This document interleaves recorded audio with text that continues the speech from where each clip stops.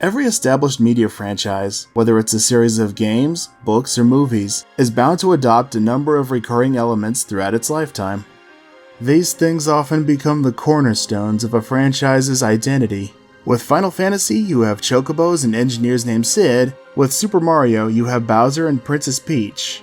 And with Phantasy Star, you have the subject of today's episode, Dark Falz.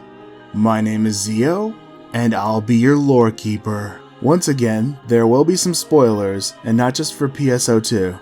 So, fair warning. Also, since episodes 5 and 6 aren't available yet outside Japan at the time of this recording, we're just going to be limiting our scope to the first 3 episodes.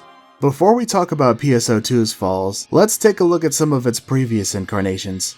Dark Falz, or Dark Force as we outside Japan knew it back in the Genesis days, was the millennial scourge of the Algol solar system, appearing once every 1,000 years. Its main goal was to destroy Algol, whose planet served as a seal for the Profound Darkness. Dark Falz would return in the original PSO, but have no connection with the one on Algol.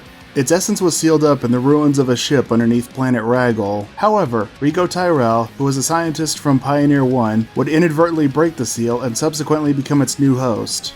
7 years later, Pioneer 2 reaches Ragol with the main group of refugees, but just as the vessel makes contact, a massive explosion occurs on the surface, kicking off the events of Episode 1. With that little bit of history, let's take a look at Dark Falz as it appears in PSO2. Unlike in previous iterations, more than one Dark Falz exists at the same time. But just like the one that terrorized Algol, these ones have the same main objective. A Dark Falz manifests itself through the intense negative emotions of its hosts via the Profound Darkness. A manifested Falz takes on not just the physical attributes of its hosts, but its personality as well. So while their main job is unsealing the Profound Darkness, they aren't necessarily bound to this task. They also command their own hordes of Falz spawn, ranging from insects to giant toys. Each Falz has 3 distinct forms: their slightly altered normal body, a larger humanoid form, and their massive final form. First up, we'll take a look at Elder, the Gargantuan. Elder is the first Dark Falz that we encounter, and is the main antagonist for the events of Episode 1. Like his name would suggest, Elder is the oldest and perhaps strongest Dark Falz, even in his normal form. Elder's reign of destruction would eventually lead him to the planet Nefarious, where his essence would be subsequently sealed up by Arcs. 40 years later, an extremely hot-headed Arcs operative by the name of Gedamholt would seek to unseal Elder and challenge him to a fight to prove he's the strongest. Elder is set free, but Gedamholt winds up becoming its new host. After a brief confrontation, Elder begins to assume his final form. A massive pillar of dark energy visible from space gushes out from the planet's surface. The planet-sized abomination then makes its way into space, accompanied by an entourage of giant arms. Arc's forces would soon mobilize to bring down this monstrosity, but Elder disappears and reunites with his fellow collective members. Next, we come to Luther, the Fallen. Luther is the last of the ancient Photoner race that preceded the other races. Luther is extremely intelligent, but that's not good enough for him. No, he wants to be all-knowing. A quest that would lead him all the way to the core of the Oracle Mothership, but those plans go to pieces, and Luther's seething anger and hatred give birth to another Dark Falz, Loser. This name is a bit of wordplay in the Japanese version that would become lost in translation. That ego and extreme desire for omniscience are cranked up to 11, as now he means to achieve that goal by consuming the entire universe. After merging with the corrupted Mothership, Loser would assume his final form, but was ultimately defeated and cut down by Regius. But his tale of catastrophic failure didn't end there, as moments later he'd become a snack for Gemini the Duplicate.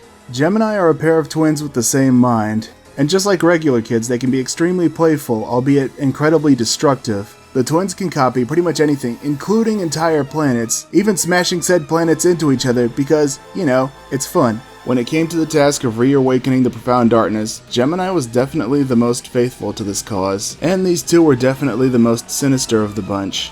The previous iterations of PSO always had a massive problem with item duplication, or duping. Gemini could, dupe things, and was the most evil of the bunch. Maybe this was their way at poking fun at the people who did that back in the day. Whether or not this was done on purpose, we'll never know. Next, we come to Apprentice the Vernal. This one holds the record for being the Falz with the most hosts. We don't know much about the previous hosts, but one of its most recent is Aphen's older sister, Euclida.